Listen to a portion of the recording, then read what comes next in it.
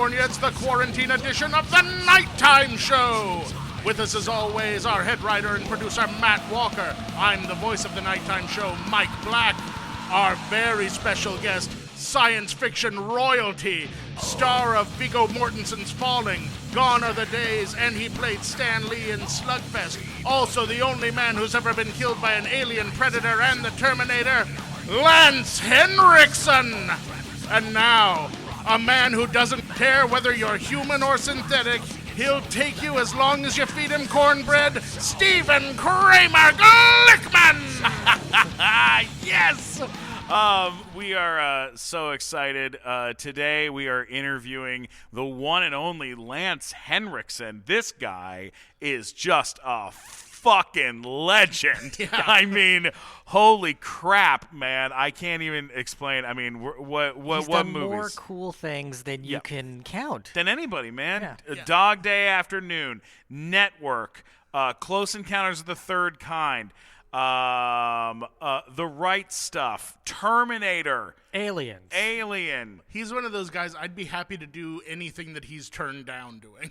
Oh, Yeah, yeah. I'd be thrilled to be part of it. I mean, Bishop in Alien, Pumpkinhead. This guy's credits are just absolutely insane. One of the best cult movies ever, Near Dark, the vampire movie. Yeah.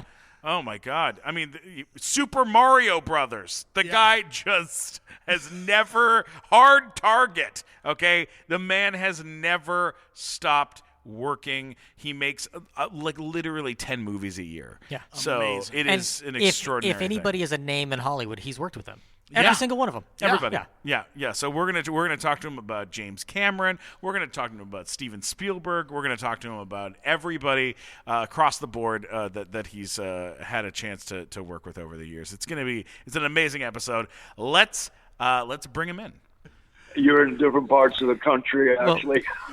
Different parts of the room, at least. Yeah, we're all in the same right. room, but we're in different parts of the room. Yeah. All right, buddy. We're stretching the Stay limits safe. of our cables is what we're doing, as far as the cables let us be.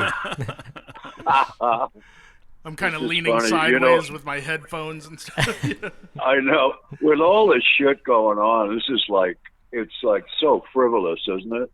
You know, it's partly frivolous. Yeah. You know, compared to what's going on out there. God, Oh, yeah. Man, oh man. I know. What the hell is happening to us? Are you staying safe? What are you doing? I'm trying to consider a way of going down to the Amazon and get them to stop cutting down the forest. Oh, That's a good plan. yeah. I'm joking. Okay, good. Yeah, because Even- I'd never make it back. No. Yeah, that's how you end They up buried take in the me down forest. take me down with a fucking blow dart. Yeah, which they sell right now at a discount. You'd be piranha food. I'll bet they do. I think the heat in Africa would be enough to kill me. Just getting off the plane would be all it would take. Oh, I've been there. Yeah. There, man. I know what it is. You know, the funny part is when you get off the plane, you feel like you just came home. Oh, really? Like this is where it all started, and it's so evident. You know, the door opens, you step outside, and I go, oh, I feel so like I'm home. Oh, that's awesome. Yeah. My God. It's true, man. When were you in? When were you? I've been there, Africa. Yeah. Oh, and I've been into South Africa before apartheid and after it. Wow. And so it was what an experience. Now, I assume But you were anyway. there shooting movies? Yeah, they're not worth talking about. Oh, okay. Fair enough. Now, They were those were the ones I call alimony films. wait. What films were alimony? What are we talking about here? I won't. I'm not going to tell you. The ones he It's doesn't want to name. No, I don't want to name them. No, it's not my best work. Well, it is such an absolute honor to have you on the show, Lance. We're all Thank huge you. fans of you for all sorts of different reasons. But for Thank all you. sorts of different shows and movies and projects. I mean, you're such a unbelievable talent, man. Thank you. Wow. I recently got to watch you on Better Things, which is one of my favorite shows on Oh, FX. isn't that funny? Isn't she great? Oh, what was that like working on that show? Oh, she just, I got to the set and she screams out to the crew, "Here we have the incredible Lance Henriksen." And it was like I was so fucking embarrassed. It was like, because you know how she does it. I mean, she cuts right to the chase. No bullshit about her. Yeah. And then we started working on it, and I just enjoyed her so much. I said, I want to come back on the show, and I'm like a new boyfriend. Oh, yeah. Yeah. Because I love that. I sold her the car, but she was like, "Oh God, man, what a talented human." Yeah, she has on the episode, she's got like an electric car and it breaks down. And, Yeah, exactly. And then she And runs I into sell her a hot car, really good. like an old badass car. It's a great scene for you, man. It was great. Yeah. I loved it. I just wanted to do it because she called me and said, "Come on my show. I want you on my show." You know, and it was like, God, what a nice lady. That's so cool. That's amazing. Yeah. I said, "Are you married?" She said, "Are you fucking kidding me?" Nice. So great. She's a super talent. Yeah, really Pamela is. Adlon is just terrific. Yeah. Yeah, Pam is so cool. She's so cool. But that's look what happens when you say yes. Yeah. I mean, I wasn't doing anything, and I just said, "Yeah, of course I'll do it." Yeah. I wanted to meet her. You did another great thing recently, the Quibbits thing, where you Slugfest, where you played Stan Lee. Oh, Quibi. I know. I Could you called it believe- Quibbits, like it's a breakfast cereal. Oh, I'll have a bowl I of know. Quibi. Sorry about that. I couldn't believe when they asked me to do that. I said, "I'm as much like Stan Lee as I am a fire hydrant. Nice. I'm totally different." I mean, but I love kind of sinking into him. He just never shut up. You know, he was one of those guys. I met him once a long time ago. Yeah. He will start a conversation so he can be like Niagara Falls and just drench you. Wow. Yeah, Yeah. He has the gift of gab. Oh God, yeah, because there's nothing there. The more he talks, the more he's, it's confirmed, whatever the hell it is. Oh my God. Did they I know, ever? Did they ever try to pull What? you into a superhero movie? Have you ever wanted to do a movie like that? No, No. no, I really, unless it was me playing a guy who came out of the old West and he's in the future, that would be fun. Oh, But yeah. I don't understand all that shit. They use words that I can't even relate to. Well, I mean, you have played a lot of badasses from the Old West. I mean, my God, Yeah. dude. I mean, just you're. Oh, yeah, the Quick and the Dead. Oh yeah, The Reckoning. Yeah. Gone are Dead the Man. days. I mean, Dead Man is another Yeah. one. Oh, with yeah. Jim Jarmusch. Yeah, oh, yeah. I That's just- a great film. Black I and know. white. I got lucky. I got lucky. I've had a lot of luck. I really must say. Well, and you have that great look that kind of plugs into any time period. Oh, thanks.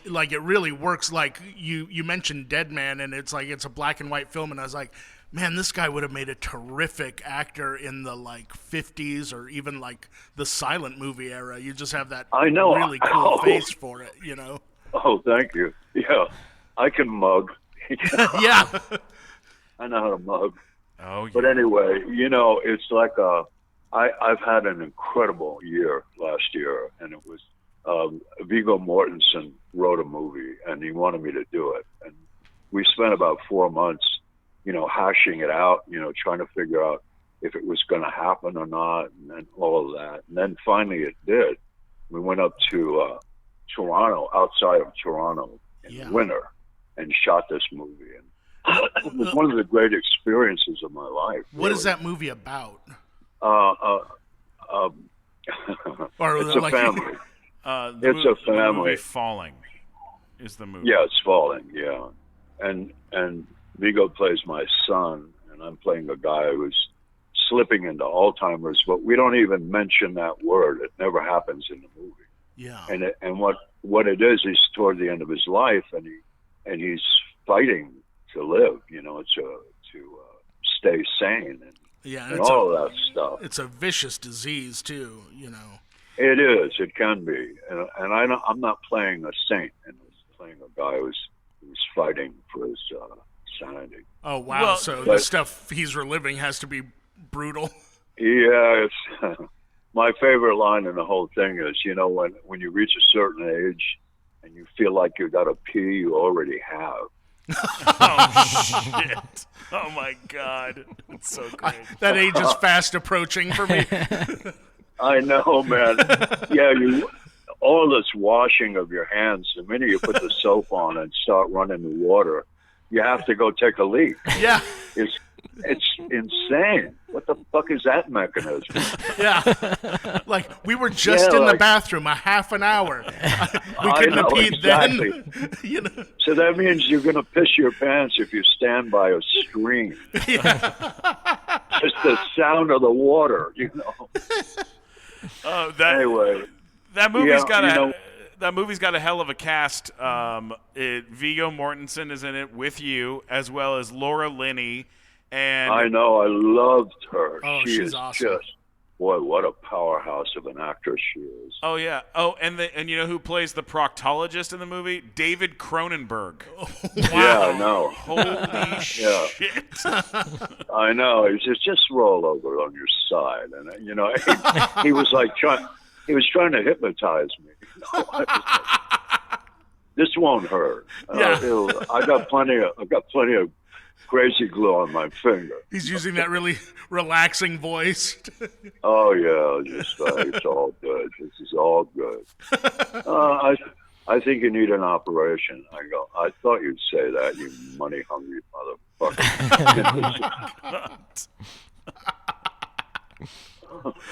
I love it.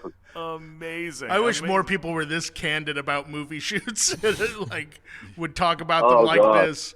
This is awesome. I know. You know what, man? It's I never know what's going to happen. I mean, I kind of drift into it. Vigo said to me one night, we were standing outside and smoking a cigarette together, and it was in a freezing cold. Toronto's in the winter. Don't go there, man. Shit. I mean, I never warmed up the whole couple of months that we were there. But anyway, we were both going, you know what? I don't feel like I ever want to direct again. I said, well, I don't want to act again. That's sure. We had hit a wall, and the wall was, it is so fucking intense, that movie. Yeah. And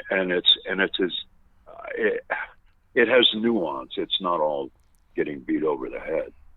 It has a great story because, well, I don't know. I think it's because Vigo wrote it. He wrote it, he directed it, he produced it, he's in it.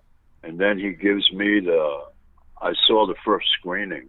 I went, what the fuck did you do? You gave me star billing. Wow. I'm like, it's like I'm starring in it. Now, and I went, that's not my intention. That was never my intention. It was all about this life we were living. Yeah. He's probably one of the great people I've ever met, ever worked with. We did Appaloosa together. Yeah, and that's a great movie too. Yeah. What did it feel like when he kind of entrusted you with this baby of his, essentially, when you got that call? Oh, it's more than that. I mean, it's so deep. It's so deeply his life story in a way. Oh, wow. I didn't know that. Yeah. Oh, yeah. And so he finally said to me at one point, and it made me, it just blew me away. He said, how did you, I have no idea how you embodied this character. And I wanted to say, neither do I. Yeah. No. But it was an incredible movie to work on because of him. I mean, he's a poet, a writer, a photographer. He writes music. He's this incredible actor. So it was like was something I waited for a long time, a part, a role that I could get my soul into. Yeah, and it premiered at Sundance, and it did incredibly well. The reviews on it, the love for it is really incredible. Oh, I know. I've never been in that situation. I mean, I've been to big openings of movies that I was in. Yeah. But it didn't add up to this. I mean, I was so moved by their reaction to the movie that I had to turn my back on them. The lights came up and they were a standing ovation, and I had to turn away. I couldn't take it. It was like, wow. The bad kid gets accepted, and he goes, it's like it was really something. Something. That's awesome, though. It's about time, Thank you, buddy. Absolutely. And when you yeah, go ahead. Sorry. No. Go ahead, please. No, it's okay. This is not going to go anywhere. Oh, okay. When you worked on Appaloosa with him, you also got to work with Ed Harris. And, I've worked with Ed before. What did you work with Ed on in the past? The Right Stuff. Oh my God! Yeah, of course. Yeah. Oh my God. Yeah, we were all astronauts. Yeah. Oh yeah, that's amazing. What was he like to work with? Oh, he's always been this giving, tough, smart, and wild. He's all of those things. We wrote he did. The baggage cart at a hotel. We were at a hotel, and we had been to the bar, and he tried to use it like a skateboard. We had some great fun, great times, man. I would imagine you guys on the Appaloosa set must have been a lot to deal with. It was. I figured out this relationship where we had been town tamers in the past. Uh-huh. You had to be two guys, because you could tame the town, get rid of all the bad guys, and then the town would decide, well, I don't want to. Let's not pay them. Let's just hang them. So you had to back each other up. And then I got out of that business, and I come into this town, and he's doing that job, and he's got Vigo as his backup. And I kept looking at him and said, "You're still doing this?" I spent the whole time laughing at him. That's amazing. Yeah, it was great. It was great. Do you remember I've been very lucky. What first gave you the acting bug? Oh, yeah. I'm from New York. Now I'm watching Corona tear that city apart. But anyway, when you don't have any money, you do a lot of walking in New York. And I used to go to the museums and all of that because I hated school. Yeah. I just despised it. I only went to 3 years of grammar school, so I had to get out of that. You're speaking directly to my heart, sir. Yeah. The tears on my cheeks are from laughter. Yeah. But anyway. Yeah. Yeah, that New York invites that. I used to go and see all the Broadway shows, and I had no money because I was shining shoes when I was a kid. Yeah. My mother was a waitress, and I shined shoes. But anyway, I'd walk in at intermission, and I saw every play that was on Broadway. Really? Just the second half. Yeah. And that hooked me. And I went to all the movies, too. Did I had chump change. Did you think about doing, did you do any acting in New York? Any live theater acting? Oh, yeah. I ended up going to the Actors Studio in New York. Oh, wow. Working. Phenomenal. Yeah. Oh, wow. Yeah. Good old days. Do you remember some of your classmates? I used to write on all the walls in the bathroom and behind the set, "James Dean lives." And they got mad at me. They got really fucking mad at me. That's awesome. Keep it light. Keep it light. You got to find your way. That's all. Yeah. Every actor that find their way. Mm-hmm. Absolutely. Did you do any plays out there that you were a fan of performing in, that you enjoyed performing in? Yeah, I knew so little about what I was doing that it was always fun. I mean, I did, You didn't know any better, so it's fun. no, I did Zoo Story and Waiting for Godot and all of these. Oh, so cheesy the plays. really cool experimental sort of stuff. Yeah. And so there's nothing could stop you. You just do it. Yeah. You go for it.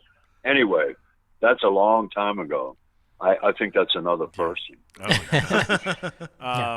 about a long time ago, do you happen to know, Lance? Do you know what your first credit on IMDb is? No.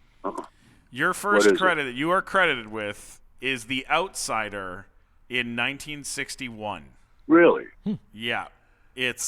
Some people ask me, do I remember a certain film? And I went, no. It's like for me, you finish a film, except for Falling and a couple of others, like Aliens and stuff. And I mean, but it's like a cat leaving a cat box. Yeah. That it does its business and then it walks away and doesn't even look back. Hey, a quick thing I want to talk about, Mike Black. I think this is something that we really should talk about, and it's a company that was founded in 1983 in Tokyo, Japan. Of course, I'm talking about the Zoom Corporation. Zoom. Now, if it wasn't for Zoom, and Matt knows this, we would not be able to do our show. They make the best audio equipment in the world. Which one are we using right now? We're recording onto a Zoom LiveTrack L8 right now, and when we go do our live events at conventions and stuff, we often use the Zoom H6, and they're both just fantastic pieces of equipment. You plug your microphones in, you plug your headphones in, and you're good to go. Yeah, I mean, whether you're a classically trained pianist or a run-and-gun filmmaker or a podcaster like us. Yep. Yeah. I do a ton of podcasts, and I can tell by listening when they're using a Zoom and when they're not. Yeah, It's the mark of excellence. It really is. Go check it. Go check out all their stuff over at zoom-na.com. That's zoom-na.com. Be professional, for God's sake. Zoom-na.com. All right. Okay, let's get back to the show.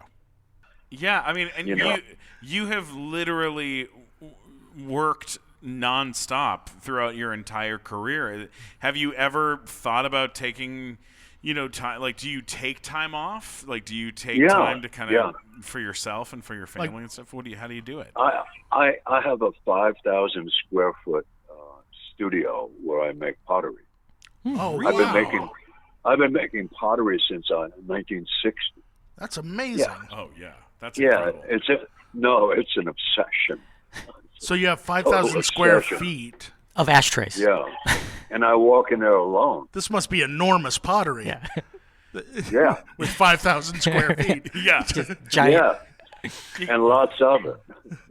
What kind of stuff do you do?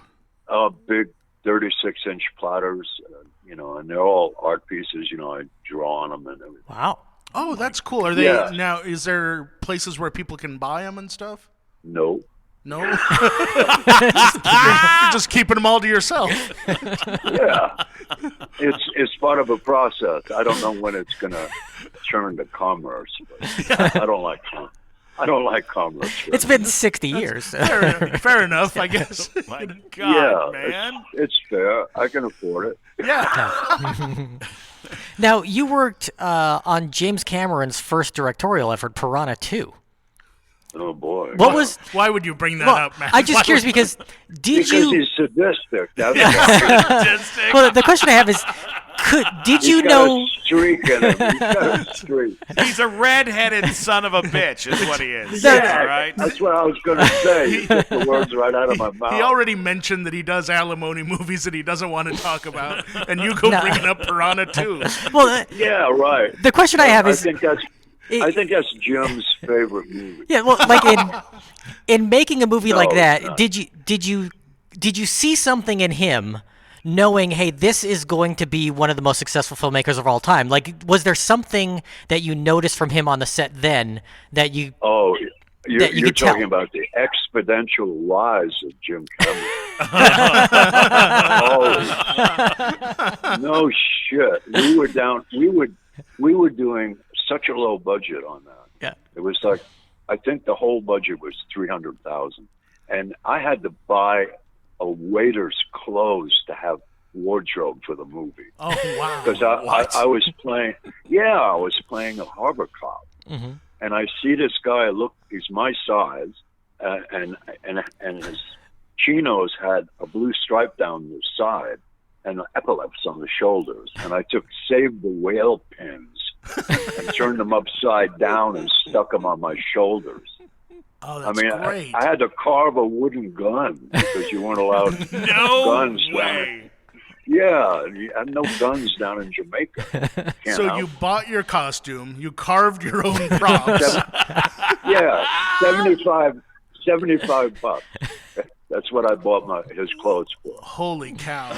All of you actors out there that like, oh, I don't want to go to a 4 a.m. call and all that bullshit, check your egos because this guy carved his own props and bought his costume. After this call is over, I'm going on IMDb. I'm adding you as a prop master and costumer on Piranha 2. I'm going to submit that. I will do that. I do it all. Yeah. Now, because nobody else is going to do it for you. No. Oh, it's so good. I can't stand there and complain. No. We shoot in an hour. I got to go. Yeah. Like, these buttons aren't going to sew themselves. There was a funny thing happened, man. I asked the producer who hired me. I knew Jim, but more after that. Yeah. We became real friends. I mean, because we hung out. We had no money, so we hung out. Yeah. But anyway, this guy, I call him and I say, look, I know I'm coming to Jamaica. I'm playing a harbor cop. I got to use a boat. So I've never really used a boat. So I'd like to come down a couple of days early and learn how to drive the boat. And they never did. So I get off the plane. I'm buying my wardrobe. I'm doing all this stuff. And I said, well, let's try the boat. And they said, we don't have time. We're setting up the shot. And I'm supposed to whip in this boat and pull up near a pier. Oh, no. Well, I said, hey, Jim, I don't know how to ride this boat. And he goes, just do the best you can, man. I mean, I'll cover for you. And so I whip in. I end up putting the boat up on the pier. And we made it work somehow. I don't know how we made it work. That's amazing. But it was, I mean, it's like I think you have to have balls when you go out into the world. You can't be perfect. There's no way. People aren't perfect anyway. Look what's going on with Corona. Yeah. People are nuts. They're scared. All of the features of being a human is coming out. Yeah. You're seeing it everywhere. Yeah, it's an emotional roller coaster for the whole planet. Yeah, seriously. Yeah. It really is. And I'm slightly paranoid. I'm thinking, what they've been doing is saying, all right, one more month, and then we're going to open it all up again. And then a month comes by, and they go, one more month. And now, we're into the 5th month already. February 2042. We swear we're going to open it up. Yeah. At 2024, it'll be open. Don't worry. Yeah. And when we get there, they'll go, well, we made a little miscalculation. Yeah, we got rid of coronavirus, but now we've got super measles. So super measles. Yeah. Well, the only person I trust to fight super measles is Lance Henriksen. Yes. So. Yeah, I'll rip them off with my teeth. Now, you have a very interesting credit that not a lot of people, only the late Bill Paxton has this besides you. You were the only actor to have been killed by a predator, alien, and the Terminator. I know, both Bill and I, both. Yeah. And that's a hell of a thing, yeah. So if anyone can fight super measles, it's you. Yeah, seriously. Yeah. Corona doesn't come to my house, I promise you. Yeah, it skips that door on Halloween. Yeah, I'm done. I'll stay with the mailman. That's amazing. You know what, buddy? I mean, I get these big surprises. and have in my career. You know, some movies maybe can be a piece of shit or whatever. You know, whatever the luck of the draw is. Yeah. But I just played a role in a movie, and I played this character. I called him Jumpin' Jack because he came from the 1600s, and a witch made it possible for him to survive. He's neither alive or dead, but he's up into the modern age. Wow. And I love playing that character. He's a guy he can travel future and go back and all this shit. What was this? But it's not. What's the movie? It's called. Wait, hold on a second. I jump from one subject to the other so fast. My brain can't catch up. It's called Awakening. Oh, okay. Okay. Yes. And it's not a very big budget, you know, and I wasn't there that long, but I love playing the character. I really did. I've been my attitude is forever changing, you know, about what it's like when you're actually working, not all stuff around it, but mostly those moments, one after the other, that make you feel I've just done something. And you've inhabited some something really wonderful. cool characters that have like a timeless quality, like Bishop in Aliens or the vampire in Near Dark. Yeah, I love doing those. I mean, I love doing any kind of work. I mean, I really do. I even like playing Stan Lee. Yeah. Well, I mean, I put on the worst color shirt you've ever seen in your life. It's like a chartreuse sweater. Yeah. Oh my God. And then I put on his little mustache and all this shit. Oh. And I suddenly felt like I understand why he wants to be who he is. I mean, I get it. Yeah. So he's a bullshit artist. Yeah. You know, he was like a carnival barker in a way, you know. Yeah. Totally, yeah. I mean, He manipulated stuff because he had a great sense of timing. Yeah. Oh, this is when I can move in and I can reimagine everything that they're making in my competitors' comic books. Yeah. Like I'm doing a scene and I say to the guy, look, okay, here's the changes I want to make. Superman can't fly. And the guy said, what? And I said, yeah, that's the change I want to make in Superman. He can't fly. And I thought, this is the funniest shit I've ever heard. I mean, it's like, So that's Captain America, basically. right. yeah, right, basically. But yeah, he's ripping off every curtain in the house. That's what he's doing. Unbelievable. Wow. Well, you know, with 254 acting credits alone, just on IMDb, and that's not to count the episodes. That's just characters that you've played. I did Millennium. I did 60 shows on Millennium. Oh my God, Millennium was That's such a lot. gnarly show, man. Yeah, I like doing it. What was that like? What was that like working on that show? Oh, the guy, the man, you know, that it was kind of based on was a very, very learned, intelligent, experienced guy who was working on 100 cases at one time. He was going from one case to another constantly. And he had a stroke, almost died in a hotel room. God. And that guy, when I started really wrapping my head around how busy that man's mind must have been, I created what works for me for that character. Yeah. But wow, I mean, it was like going to college. It really was. Oh my God. Yeah, And that I'd show only came out gone at like a perfect time, you know, like it was a spin-off of the X-Files. Yeah. And in a way. but I it was mean, like a very dark, it was like the dark older brother of the X-Files in a way, you know. Right, exactly. Yeah. I remember being afraid of the turn of the millennium and being like, oh God, something horrible is gonna happen. They're saying it on TV. Yeah. Not only that, all you have to do is unplug your fucking computer. Yeah. Just unplug it. Yeah. There's nothing going to happen. No. Right. Exactly. The world's not going to collapse because of Apple. No. Right. Yeah, exactly.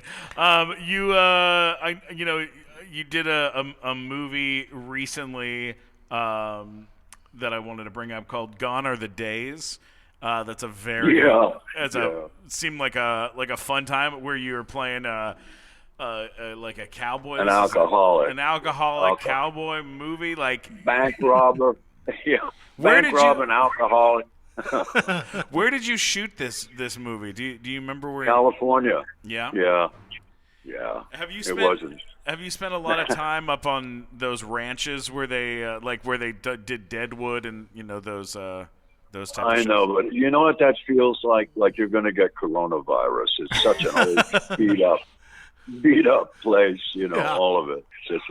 It's just been like, oh, I don't want to say it. No, I won't say it. More like smallpox or something, too. Yeah, something horrible is going to come out of the cracks in the walls. Hey, real quick before we continue the show, I want to talk about a third-generation, family-run business that I am very proud to be working with. Sennheiser is the top tier microphone company in the world, and we are so lucky that we are now recording our show using Sennheiser microphones and their headphones. It's awesome. We're talking into Sennheiser MD42 microphones and using Sennheiser HD25 headphones, and these sound amazing. I mean, listen to Mike Black's voice. Listen to the rich and sumptuous soundscape that comes out of my voice. Oh. Every time I speak into a Sennheiser. Absolutely. Go check out their microphones and their sound equipment over at Sennheiser.com. All right, let's get back to the show. Now, you've also done a lot of voiceover work in video games throughout your career. Yeah. Do you ever? I love that. Do you ever play any of the games that you've been in? Like, did you play Detroit Become Human, or you just did the voice and that was it? That was it. That's sort of what I expected. I've never played one. I did. I've probably done maybe 20 of them over the years. Oh, yeah. You've done some alien ones, too. Hey, Detroit Becomes Human was incredible to do. Like, they did motion capture on you and everything for that, too, or? Oh, yeah. I had dots and shit all over me. And it was in Paris. Wow. They flew me to Paris to do it for a week. And it was like, wow. That's not bad. Fun. Not bad at all. It was so really good. They hired me 3 years earlier, and I thought, I just forgot about it because nothing happened. And then they called me and said, okay, you're coming next week. And I went, okay, let's go. Have you seen some of the footage from the game since? Because it's it's an impressive game. It's very well done. Yeah. It's really well done. They're very smart. It was a little bit like being back in the military because in the morning we'd get in there and do physical exercises to loosen up.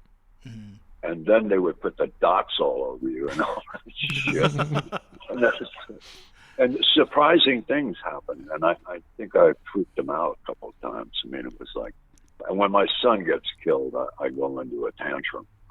I've given up on my idea about making an android human. I was trying to teach him how to be human. Yeah. It didn't work. Yeah. But it was an interesting thing to do. Yeah. That's the best part of all of this. I don't know who, what, where, when, or how my next job is coming even, but I know there'll be one. I have no idea what it'll be. Oh, that's so cool. It really is. When you go to Comic-Cons or things like that, do you do that kind of stuff and sign autographs at cons?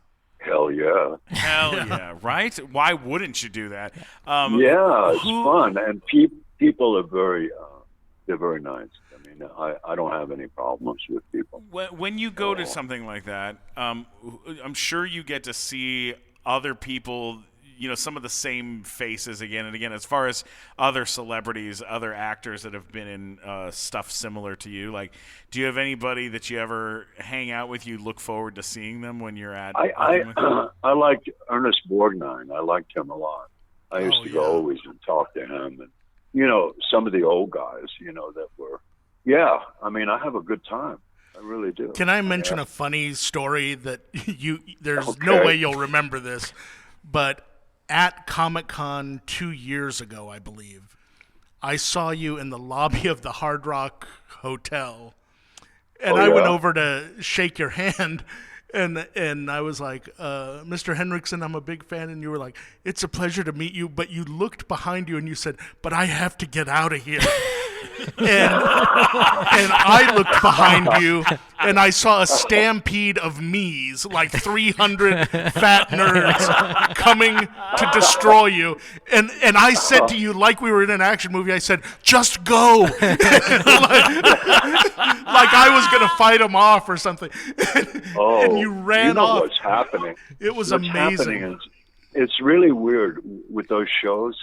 I seem to end up with some young hottie chick, and I don't end up with them, but they get attracted to me, and I don't know what it's about. I'm going, wait a minute, I'm old enough to be your great grandfather. What's the matter with you? It's because you're a real man. You're a tough, real man.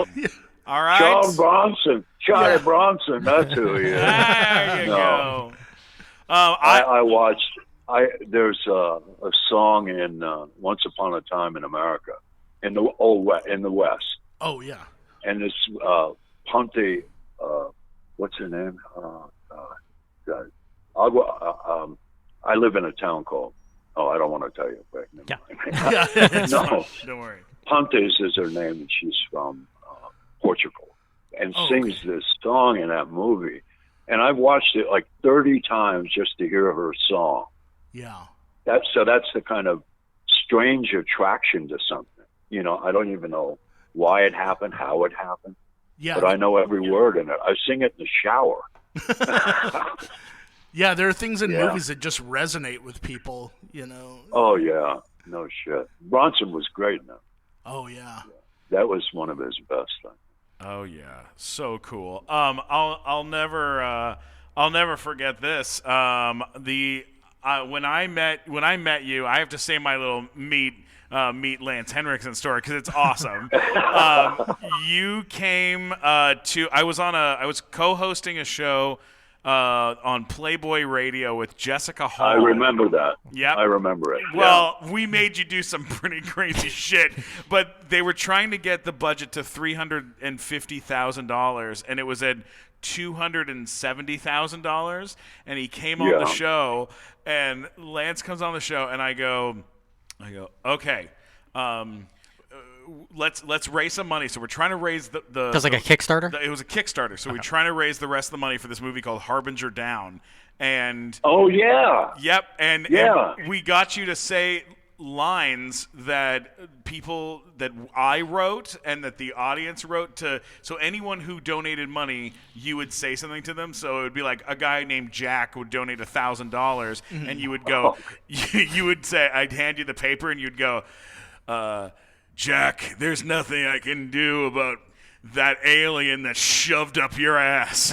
You're just gonna have to live with it now, Jack.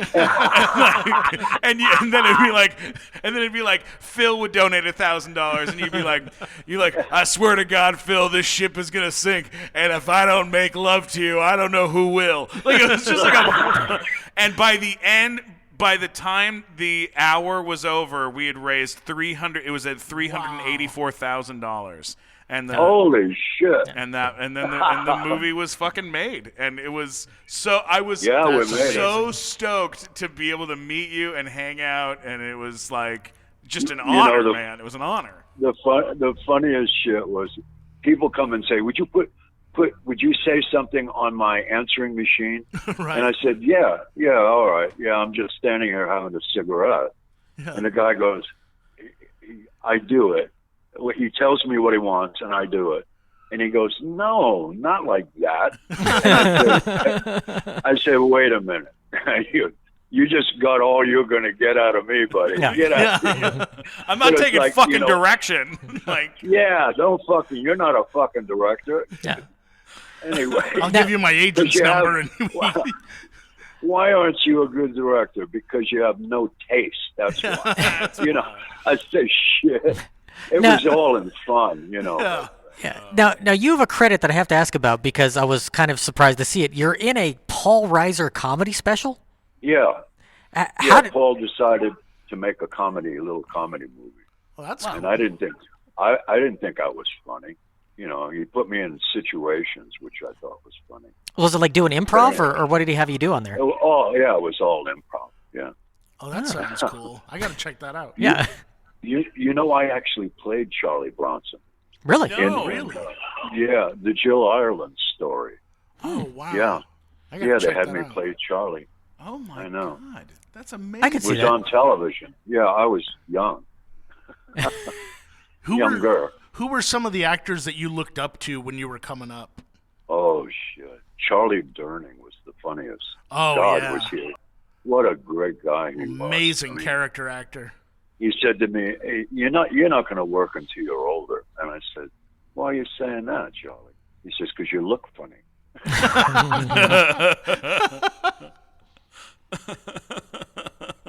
I guess he would know. He really didn't get a lot of work till he was older. Yeah, I mean, he was a ranger in the Second World War. Yeah. He was God. a total badass. He really was. I just I love saw Charlie. The Best Little Whorehouse in Texas again recently. Yeah. And the number he does in there, he just destroys it, just steals the show. Oh yeah, he was that way, man. He was a force to be dealing with. Yeah. Yeah. What All is of that shit outside the bank in the movie with Pacino, that was all improvised. Oh, When yeah. him and- Dog Day he was Afternoon. he was just a force. Yeah, because Wow. you were in that with him. You were in Dog Day Afternoon with him. Yeah, I was a fart catcher in them.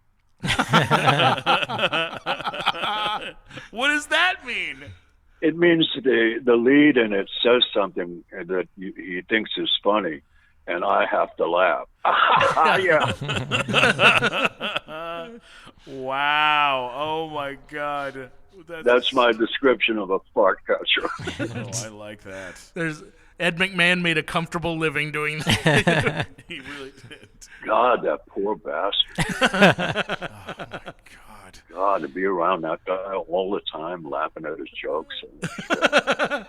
Oh man. We have like one or two little things we wanted to ask before we wrap this thing up. Sure. Are you getting what you want? Oh, 100%. Are you kidding me? This has been great. Oh, Yeah, good. everything. Getting the chance to talk to you about is extraordinary, man. You It's guys wonderful. are very cool. You're very cool. Thanks for inviting me. Oh, yeah. I'm making a T-shirt that says "You guys are very cool," Lance Henriksen. All right, that's. You worked with Steven Spielberg on Close Encounters of the Third Kind. Yeah. What can you tell us about working on that film? Well, I remember two things from that movie. And we were standing by Devil's Tower by our cars because he was looking for a shot. And so I ended up in the car with him and Julia Phillips, and we're up on the hill, and he got a phone call, and he goes, "Oh, God, my accountant just said I'm a millionaire." What? I swear to God. And I went, my stomach dropped. I went, just to hear millionaire kind of made me sick. Yeah. I was like, oh, great, yeah. Yeah, what am I supposed to do with that information? Yeah. And the other one was we were in the big hangar and we're shooting the scene where the mothership comes down and all the little aliens are running toward the ship to go. Yeah. And I ran over. They had a bunch of porta potties on the set. Uh-huh. And I said, what if I take my jacket and throw it over one of these little things and run and hide in the porta potty? And he said, oh, that's another movie, Lance. I mean, it was like I shit on his birthday. It was was one of those real awkward moments. Now I'm dying to see that movie. Yeah, I know. No, I'm on they cut me out a lot of that film. So Yeah. it's okay. It was my second movie, so what the hell? Well, speaking of which, it's 4/26 is coming up. As you know, that's Alien Day. And Really? yeah, every year the people watch Alien and Aliens back to back, and they do all sorts of fanfare about it. So I have to ask you at least any memories of Aliens that you could share. Oh, sure. Oh, I've got a million of them. God. Yeah, you know what happened? We went to England, American actors, as many as they were allowed to bring into England to do parts in this. Billy, all these different guys. And I remember when we first got on the set, one of the ADs, the British ADs, Yeah. he put his hand on my chest, like a little bit of a slap, like, don't stop. And I went, if you do that again, I'm going to kick your fucking ass. Because I said, nobody touches me. Yeah. I went a little nuts, but it was like, because they had treated Jim and all of us like, how dare you come to Pinewood and make another Alien? It's like, okay. So they were you were on resenting sacred us. ground with them. Yeah, Yeah. you had Alien was the crown, the crown of their movie industry, Yeah. because Ridley Scott, Of Yeah. course. Yeah. which I probably will never work with Ridley Scott. Over the years, I've said a few things that I know. Well, I live by what I say. I think you're doing fine. I'm doing all right. Yeah. But anyway, it's notice all the stories that I have are like a bad boy from New York. Yeah. And they're great though.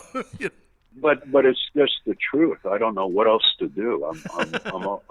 I'm a precast object, Yeah.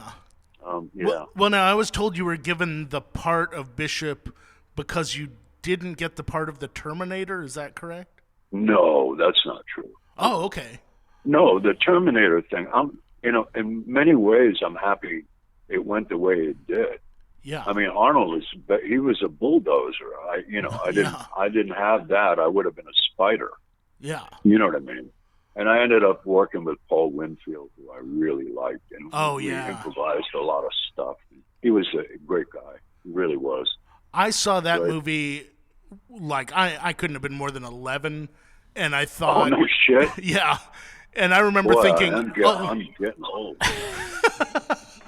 I'm old myself, but... No, Mike's only 13 now, so you're not that old. Right, Don't worry yeah, about it. so you're fine. Yeah. What does that say about me? Man? I'm Methuselah. But I remember... Who calls this living when no gal will give in and no man will 1,000 fucking years old? But yeah, you and Paul Winfield were so good that I thought that's how they made movies, was they would just go to the police station and get real cops to do it. And Yeah, I thank really you. thought you guys were real cops. Wow. It was that good a movie. Amazing. All right. I like that. Yeah. Yeah. It's all good. Those are good memories. They really are. Yeah. Well, it's an absolute honor. I gotta leave you with one thing. Please. Oh, yeah. Remember, all actors don't know who, what, why, where, or when. None of them. Right? Yeah. If they get somebody knocks on their door and they go, "Here's a script. They sent it over from Warner Brothers. What is it?" No, you don't ask the delivery guy what is it. But anyway, it's all good, man. Yeah, It's amazing. absolutely. I absolutely love the experiences with Aliens. Yeah. Jim was at the top of his game, man. He was on it. Yeah, that movie, it holds up today. It is just a relentless action movie, and the characters in it are so great. You asked me a question about Jim. Did I notice the quality of his pursuit? Yeah. And yeah, you could, because sometimes you make chicken salad out of chicken shit. when you do a movie like that down in Jamaica that we did, everything was against him. Yeah. And what they did was they fired him the minute they shot the last scenes. Oh man! And the guy was notorious. The producer was notorious for trying to make himself the hero. Yeah. And one of the great stories is that he went to Rome, and they were editing a movie in Rome, and Jim followed the movie, and he ended up using a credit card to get into the editing room, and he would re-edit at night, and then hoping they wouldn't discover the re-edits, right? And so, so then the story gets better. Jim got a flu or something, and he had to go back to the States, and he was out of money. I said, Jim, I'll send you a ticket. Just tell me where to send it. Mm-hmm. And so, I never heard from him. Yeah. Then I heard that he went to Warner Brothers, and Warner Brothers had seen the cut that the crazy producer did. And they said, we don't want it. It's a piece of shit. And Jim took the same footage, re-edited it, and they released it. Nice. Yeah. Talk about tenacity. Yeah. Vision, So, a vision, you could not keep him down. He just knows, he trusts his own storytelling, which is great. Yeah. Great stuff. Well, when that's a true story. You can repeat that. It's on the show. It will be repeated. People. It's on the show. Yeah, I love Jim. I mean, known him a long time. Last question before we wrap up: you have played an amazing assortment of incredible characters. Is there something that you haven't done in all these years that you're like, I would love to do, something you'd like to put out into the universe of a? I mean, I know that it's not, as actors, it's not up to us what comes to us. Okay. But let me tell you the one I really want to do someday. Please. I'm getting too old for it, but there's a potter that lived in the 1800s and into the 1900s from Biloxi, Mississippi, and his name was George Orr. Mm-hmm. And the guy, I couldn't really do a very good pitch, because the minute you say Potter, the producer would fall asleep in the fucking chair. But this guy, they called him the Mad Potter of Biloxi. Mm-hmm. Yeah. And he was an amazing character, amazing. And that's, if I had a chance or a choice, that I would do. Okay, Lance, here's your pitch, Lance. When you go in, just tell him, remember the movie? Just tell him, remember the movie Pollock that was nominated for Best Picture? That, but with pottery. Yeah. There's your pitch. That's how you pitch it, yeah. It's Pollock, but pottery. Yes. Yeah. Boom. Yeah. Can you imagine walking into, Universal or something and say, I want to play a potter? It's like, what? We're only going to need... Jesus, Lance, I forgot I have a meeting. I gotta go. We're only going to need $350 million for this idea. Yeah, it's going to be great. It's all CG. Yeah, everything's CG. Yeah. The pottery's all CG. It's going to be great. And I want to look 30 years old. Yeah. We can do it, Like the Irishman. Great. Yeah, like the Irishman. Oh, man. Lance, didn't those guys look like they were made out of wax? Yes. Yeah, it was weird. It's so weird, man. Yeah. Yeah. Like, what the hell? I like all those guys, but it's just like... Yeah, they all look like moving wax figures. They look like really overripe fruit. Yeah, translucent. Yeah. They look like wax fruit. That's what. Yeah, that's exactly it. Wax fruit. Yeah, yeah. You need more fuzz on that one. Yeah. A little shiny. Yeah. Someone put more fuzz on Pesci. Yeah. That was someone's job. Someone got a check for putting more fuzz on Pesci. I wonder if that means that. I don't know what that movie means in the history of movies. Yeah. What the hell was that about? That should be on the DVD cover. I don't know what this movie means in the history of movies. I know, 3.5 hours and I felt like my ass was going to fall off. I was going to, when I got up, I was going to leave my ass on the seat. It's so good. It's so good. Oh, we Anyway. we got some good moments, and this was really extraordinary. Yeah. Hey, listen, Lance, I'm Yeah. proposing this to you. When coronavirus is over and people are allowed to go to clubs and shows and watch stand-up comedy and things like this, our show, we tape our show live in front of an audience once a month. We've been doing it for 4 years, and Nice. and because of coronavirus, we haven't been able to do it. But No. in down the road, if you're ever down to come do it live with us, man, Oh, we yeah, could play we'd love it. clips from movies. We could do all sorts of fun stuff with you. So keep it in mind. I'll Keep it do in it. mind. Yeah, I'll do it. Oh, it'd be Yeah, so I'll do much it. fun. That'd be amazing, man. Thank you so Yeah, much for doing the I show. like people. Hey, you other guys, there's 3 of you. Did I talk to all of you? Yes. Oh yeah. Oh yeah. Oh, good. Oh yeah. Yeah, you were fantastic. Thank you. Yes. I didn't want to leave anybody out. Oh, no. You're, We're all good. you're extraordinary, man. Do you? Hold your phone up to the something, and I'll put a new voice message. Oh, All right, we're rolling. Go ahead and yeah. Let's go do and record. Yeah. It. Oh, Mike, you Yeah. do that. Yeah. Don't worry, Mike. I'll Well, send you the Mike- file. Okay. Yeah. I'm recording. Yeah, we're recording right now. I'm recording on professional recording equipment. That's Don't worry right. about Yeah. it. All right. Okay. Here we go. This is. I'm sorry. I'm not at home. But if that upsets you, why don't you go shit in your hat? So great. Hey, Lance, would you say a little like, hey, you're listening to the Nighttime Show podcast and something like that? Hey guys, you're listening to the Night Show podcast. Oh, close enough. Good enough. Close enough. Close enough. Good enough. What did you? Oh, it's called. The show's called The Nighttime Show. Oh, okay. Hey guys, you're listening to the Nighttime Show. So if you don't like it, go shit in your hat. We're putting that in the That's world. great. Thank You're you an so much. amazing man, Lance Henriksen. Stay safe. We must protect too, guys. Lance Henriksen. He Yes. can protect himself. Yeah, All right. yeah.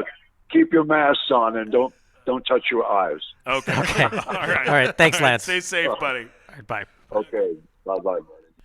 God, that was an amazing interview. I'm so excited. So awesome. So cool. Oh my God. We got to get him on the live show. We have to get him. He sounded like he was down for it. Yeah. Like he'd be excited to do it. Man, I can't wait till we can have live shows again, so that we can bring Have life again. have life again. And Yeah. yeah, I'm gonna eat so many cookies. But I I don't yeah. think the quarantine has stopped you. No. Oh yeah. That's true. He really is such a phenomenally cool guy, and his stories are just. I love that he was just so honest. Like he wasn't like trying to be shocking or offensive or anything. He was just honest about each of the things that he worked on. Oh yeah, man. Oh that. Yeah. We got a lot of good stuff out of him. Yeah. Like, I mean, a lot of stories I've never heard him tell before. Matt Walker, the fact that you found a way to bring up James Cameron through Piranha 2. I scrolled through his 200 plus, almost 300 credits. I never once even Nobody would pay attention to Piranha I didn't 2. even pay attention that Piranha 2 was in there, and that it would have been James Cameron directing. So that's brilliant. Good job, man, on that. And Mike Black, you nailed the hell out of it, man. Oh, he was great. He was I so know this is- polite too that he was like made sure that he talked to all of us and everything. I just thought that was great. Yeah, and this was like for Mike. This was one of your. He was on my list. He on was your one of big the ones list. that I was like, if we could ever get Lance Henriksen, that would be amazing. Yeah. And I think this was perfect timing, really, because it's right before Alien Day, and it's right, Totally. I'm glad it finally worked out. And just the other day, Reebok re-released the shoes that he wears in Aliens. Oh, I saw those. And so those are available now if anyone's into like shoes from cool movies. Oh, hell yes. I'm going to go make that happen. Mike, where can people find you on social media? At Mike Black Attack on all social media. Okay. What about you, Mr. Matt Walker? Links to everything are at funnymat.com, or if you want to tell me that I was rude for bringing up Piranha 2, you can do that at mattwalkersucks.com. Before we go, you can always get me at Steven Glickman, S-T-E-P-H-E-N, Glickman on Twitter, Instagram, YouTube, and TikTok. But hey, don't you We're all make going that to noise. eventually have to get We all TikTok, have whether I'm on we like it TikTok. or not. Matt's on TikTok now. I'll be the last to join, but By the I'll way, probably I made a join. great TikTok. Wait. Here's the thing with TikTok, right? I made no. the most meaningless, thoughtless TikTok ever made in the true. history of TikTok. That's saying a lot. And it got 150,000 views, right? Then I'm like, okay, this is a platform. Let me actually put some effort in. I made a TikTok all about how my vacation to Amsterdam got canceled because of the coronavirus. And I made this whole video where I recreated what I would have done at home. So, like, instead of going to the Heineken experience, I was, like, drinking Heineken. And I showed Right. what I wear for King's Day and, like, you know, Yeah. doing stuff like that. It was a very funny So you video. wrote, produced, and acted Yes. in a short film You know that for one? TikTok. You know that one? 82 views. Yeah. Yeah. You That's put what effort you in, get. put effort in, and you get nothing. It's a lot Yeah. like having a girlfriend. Yes. It really is. It really is. Don't put so much effort in. The more thoughtless and stupid you are, the longer it lasts. There you go. Wow. And hurtful in some ways, Mike, for Because some you've reason. had a girlfriend for such a long time. Yeah, I'm like, wait, I'm thoughtless and stupid? Well, Yes. I mean, maybe Yes. a little bit. All right. Before we wrap this thing up, each of you, right now, on the spot, I'm putting you on the spot, you have to give me 3 new people that you would like to have on Oh, the my nighttime God. show for an interview. 3 people. And Ones it that I can't be haven't mentioned someone you've before? already said before. Has to be That someone rules out new. the entire cast of Star Trek. Okay, all right. Well, pick someone from the cast of Star Trek. No, that you I've want. already mentioned all of them to you Well, many times. All right. Okay. Well, branch out then, Matt. Branch Who out. else? Okay, come on. I Hold on, believe you in go first then, Mike. I gotta think. for that. Have I said Nick Offerman? No, but that is a very good one. Let's Good put him suggestion. on there. Nick Offerman. Okay. Your turn, Matt. How about Elon Musk? Ooh, yeah, I like that. Elon Musk. Hell yes. Okay. Any of the people from the Marvel Netflix shows like Luke Cage or Daredevil Okay. or what's her name? Jessica Jones. Okay. I'll Anyone say, but Iron Fist. To double up on wow. his then, Okay. from Jessica Jones and Doctor Who, David Yeah. Tennant. Oh, yeah. I like David Tennant a He lot. would be great. Any Doctor Who would be pretty Yes. rad, but yeah. Okay, you each get one more.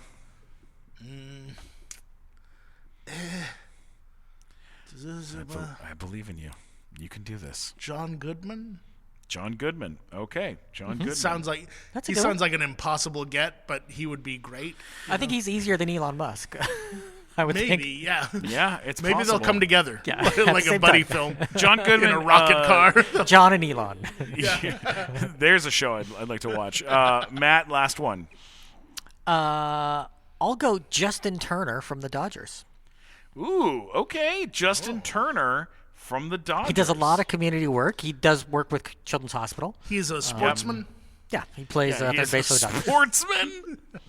He is the greatest redheaded athlete today. Oh. Wonderful. All right. Well, you guys are the best. I'm so happy I get to see both of your dumb, ridiculous faces From across the room. From across the room. Everyone out there, stay safe. If you are listening to this podcast right now, if you can hear my voice, then leave a comment and share the Nighttime Show Tell your on friends. social media with your friends. Tell people on Facebook, this is the show I'm listening to. Thanks again for listening to the Nighttime Show. We love you guys. Have a good night.